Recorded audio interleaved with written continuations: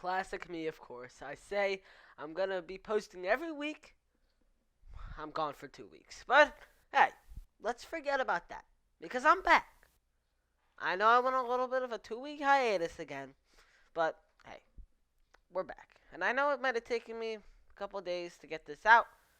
But, be happy I'm back. And I promise I won't do this to you again. But anyway, a bit happened from September 27th to October 3rd. First of all, we changed months. Happy October, the best month of the year, to be honest.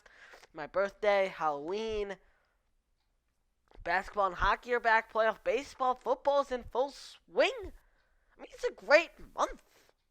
Great month. But anyway, we're gonna talk about stuff that happened. Let's go.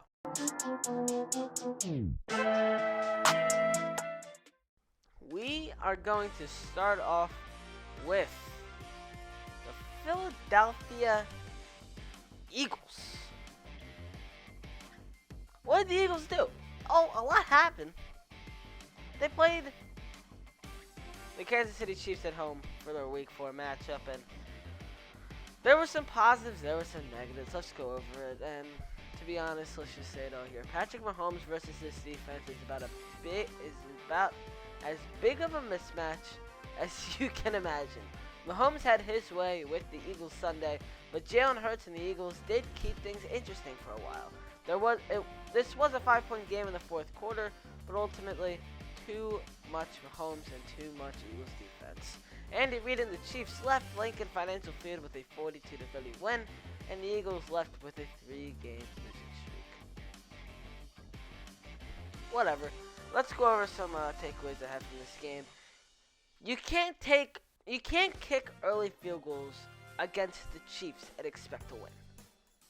I mean, there's no way. It's guaranteed they'll come back to haunt you eventually. I mean, that's obvious. The Eagles had 3 more red zone drives that didn't result in touchdowns on Sunday, and each time Sirianni elected to kick a field goal instead of going for it on 4th down. Against most teams that makes sense, but against Patrick Mahomes and this Chiefs offense, field goals get you beat, and Sirianni has to know that. Those may be low percentage 4th downs, but if you settle for 3, you simply are not going to win the football game. This is an all-time historic offense you're facing here and a Hall of Fame QB. You can't just talk about being aggressive. You have to be aggressive. And that means keeping your foot on the gas no matter what. Every time the Eagles scored 3, they were one step closer to losing. The Eagles lost this game when Jake Elliott kept kicking field goals.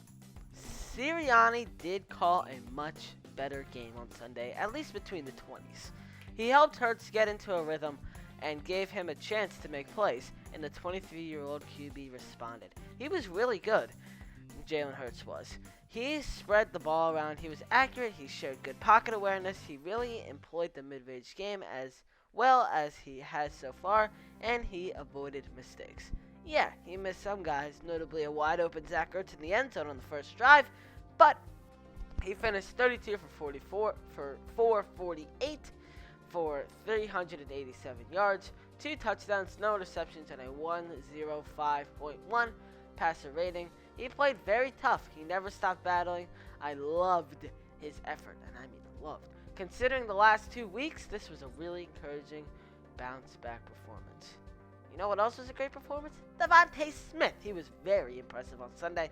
He really showed why the Eagles made him a top 10 pick. Smith looked smooth and effortless, catching a 37-yarder at the right sideline just before halftime, and on the very next play, made a lunging catch of a 12-yarder that Hurts overthrew. He finished with career number 7 for 122, making him the first Eagles rookie with a 100-yard game since Jordan Matthews. This is a big-time wide receiver, special kid. Considering everything the Eagles' offensive line considering everything the offensive line has gone through, they really hung in there pretty well on Sunday. Right tackle Jack Discrow made his 5th career start. Right guard Nate Herbig He was making his first start of the year. Landon Dickinson was making his first start at left guard and third overall start. And Andre Dillard's sixth career start. I'm not sure how many teams can. I'm not sure how many teams can lose four starting offensive linemen, including two of those being Pro Bowlers, and functioning at all. I just can't see that. But for the offense to score 30 points and record 461 yards of offense and only allow 3 sacks and 51 dropbacks, that's good stuff. And it speaks volumes about the job Jeff Stoutland does getting everybody on the roster ready to play. He's the best in the business. This is only fourth time in the Eagles' franchise's 89-year history that they've allowed 40 points in consecutive games. It happened in 1943. That was actually the Steagles, by the way, which is a cool fact. And it also happened in 1966 and 2015. So twice in the last half century. Cool. And it's only the fourth time they've ever given up 40 points at the link. It's really bad. This team and this staff have a lot of work to do. It's scary just how accurate Mahomes is. Seeing how he delivers the football with anticipation in the right place is a beautiful thing. It's just you don't want to see him do it against the Eagles. He was 24 for 30 for 278 yards with 5 tutties Sunday with 1 interception and a 131 passer rating. He's the first quarterback to ever complete 80% of his passes with 5 touchdowns against the Eagles and only the 11th quarterback to do that against anybody on the road. One quick note about Javon Hargrave, by the way. He continued his brilliant start to the season with some disruptive play up front, finishing with 6 tackles, a tackle for loss, a quarterback hit, and his 5th sack of the season. He's by far the Eagles' best defensive player, and honestly, he's doing the right kind of things Fletcher Cox used to do, which is pretty high praise, by the way. Hargrave is the Eagles' first interior lineman with 5 sacks through 4 games since Jerome Brown in 1991. And that's pretty good company. His 5 sacks are 6th most in Eagles history by anyone through 5 games. Only Jason Babin, 7 in 2011. Hugh Douglas, 6.5 in 2000. Clyde Simmons, not Simpsons. I don't know why I said Simpsons. I don't know where I'm getting the Simpsons from. Clyde Simmons, 6.5 in 1991 and 5.5 in 1992. And Reggie White, who had 6 in 1990, have had more. That's some good company if you have to say so myself. If I had to say so myself. Penalties. Again, 9 more of them. That's a franchise record. 44 penalties in 4 games. That's just inexcusable. We've been saying it all year. This team is horribly undisciplined. And that's a reflection on one person and one person only. His name is Nick Sirianni. The sad thing is that 9 penalties is the Eagles' second fewest in a game this year. This team isn't good enough to overcome these kind of self-inflicted mistakes. Also, another note, the Eagles should have scored 21 extra points without those penalties. 21 of them. That wins you the game. So basically, this was a game of positives and negatives. I said a lot of positives and I said a lot of negatives. Next week, the Birds, who are now 1-3, head to Carolina to play the 3-1. We move on to the team I'm representing, and by the way, Philly Fanatic hat. This is a fantastic hat. I love this winter hat. It was actually a giveaway this year for his birthday, which I was going to go to if StubHub wasn't being mean to me trying to buy the tickets. But I still got this hat from the store. It was like $30, which is not the greatest deal for a winter hat that was given away for free.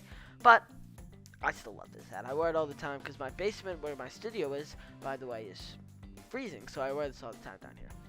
Anyway, the Phillies had the biggest week in a decade ahead of them as they had 3 against the NL East leading Braves and 3 against the NL East worst Marlins.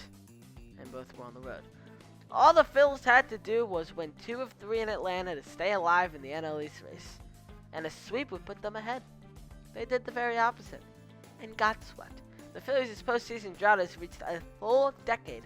I was 3 years old a decade ago. By the way, my birthday's on Monday, the 11th, so happy birthday to me. Anyway, only the Seattle Mariners, who last made the playoffs in 2001, have gone longer without making the postseason, and they remain alive in the AL wildcard race. I actually typed this a while ago. I should have looked over that. They are out of it. So, 20 years the Mariners have not been in it. I'm a Mariners fan at heart. I'm not gonna lie. I also like the Blue Jays, if any of you get the reference. The Phillies did not swing the bats well in Atlanta at all. They entered the series on the heels of being shut out by Pittsburgh in their final home game last Sunday, then scored just 6 runs in the 3 games in Atlanta. 2 of those were unearned. The Phillies headed to Atlanta trailing the Braves by 2.5 games. Yes, the odds were against them, but they weren't impossible, and the Phillies couldn't do crap. With the exception of a couple late homers by Andrew McCutchen and JT Realmuto in Thursday night's game, the bats barely put up a fight. The Phils had just 13 hits in 3 games. MVP candidate Bryce Harper went 0 for 11 with 5 strikeouts in the series. Gene Segura went 1 for 12. Realmuto went 1 for 12. All is well, not enough at all. Zach Wheeler and Aaron Nola delivered quality starts in the first 2 games of the series, but Charlie Morton and Max Fried were both better in leading the Braves to wins of 2-1 and 7-2. On Thursday night, Kyle Gibson was tagged for 5 runs in 4 1/3 innings. He gave up 4 hits, a solo homers by Jorge Soler and Austin Riley, and an RBI double by Dansby Swanson and an RBI triple by Ozzie Albies. So Kyle Gibson should not be on this team next year. You heard me. Kyle Gibson sucks. Anyway, Braves right-hander Ian Anderson made it 3 straight strong starts for the Braves. He held the Phillies scoreless over the first 6 innings before allowing a 2-run homer to McCutchen in the 7th. Realmuto homered against reliever Luke Jackson with 2 outs in the 8th to make it a 2-run game, but that doesn't matter. The Phils did not get any closer, and as I have been saying the last couple days, there is only darkness again. 10 straight years of darkness in October. Anyway, a few days later, the Phils called back up Sir Anthony Dominguez after being gone for over 2 years. The talented, hard-throwing right-handed reliever was recalled from AAA on Saturday as Connor Brogdon was placed on the injured list with a groin tightness. Dominguez has not appeared in a major league game since June 5th of 2019. He actually appeared on Sunday, and he was pretty good. He was shut down at that time with an elbow injury, and the Phillies tried to rest and rehab him, but he, of course, suffered a setback in spring training of 2020, and his Tommy John surgery was delayed until July of 2020. Soon to be 27, Dominguez made a great first impression as a 23-year-old rookie in 2018. He began his career by allowing 2 hits in 14 2/3 scoreless innings and went on to make 43 scoreless appearances out of 53. That's really good. He struck out 74 hitters in 58 innings with a 2.95 ERA. He looked then like a closer or high-leverage reliever the Phillies could count on for the foreseeable future. 1 inning in Miami did not show the world whether he's all the way back, but his return has been long anticipated, and the Phils have to feel great about at least getting him back this season. The Phillies wrapped up their season in the 305, and fittingly, they lost the series 2-1. They finished the season with a record of 82-80, a 1-game improvement over 2019, which was the Phillies' last full season. It's their first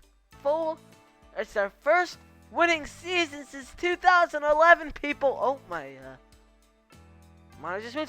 Since 2011, baby. I was 3 years old.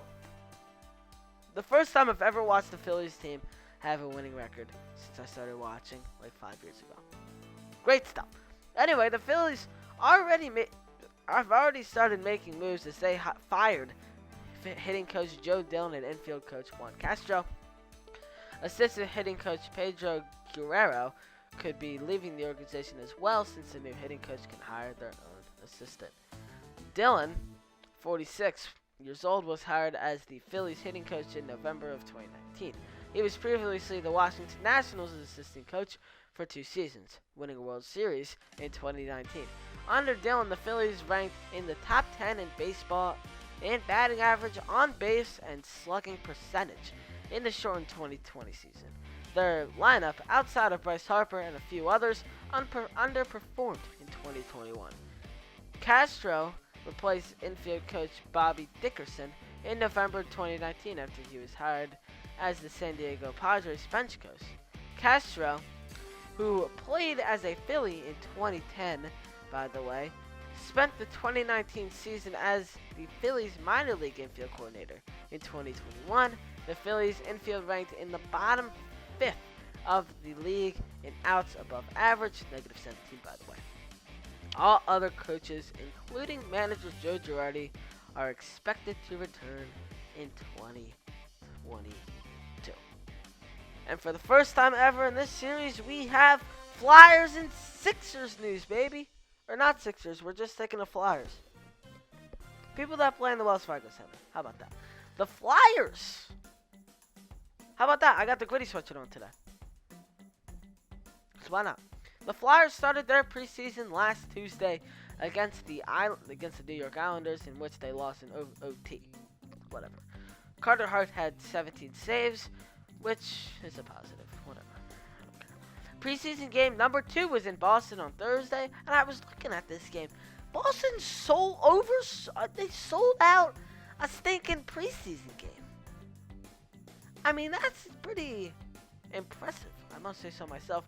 They lost that game in Boston 4-2. Joel Farabee scored the 2 goals for Philly, and there's nothing much else after that. Preseason game number 3 was a biggie, as it was the first full squad game of the season. It was a good look, to say the least, as they beat the Capitals 2-1 at home. Claude Giroux, Cam Atkinson, the new man, and Scott Lawton were the Flyers' scorers. Martin Jones had 21 saves for Philly. And how about that? That'll do it. That'll do it for this week's episode. Hope you guys enjoyed watching. Thank you for watching as well. Go to phillysportsports.com. I write articles over there about these teams, and I think you'll like them. Follow on Twitter, Instagram, Twitch. All links are in the description. Just go down there and check it out. Make sure you also subscribe to the channel. Like this video if you want. Share it to a friend if you want. Comment if you want. What do you have to say? What do you think about the Phillies, the Eagles, the Sixers, the Flyers? Who do you think is going to win the World Series this year? I don't care what you comment, except if it's a spam website, which I've gotten a wee bit of times. Anyway, hope you guys enjoyed this one, and I'll see you next time.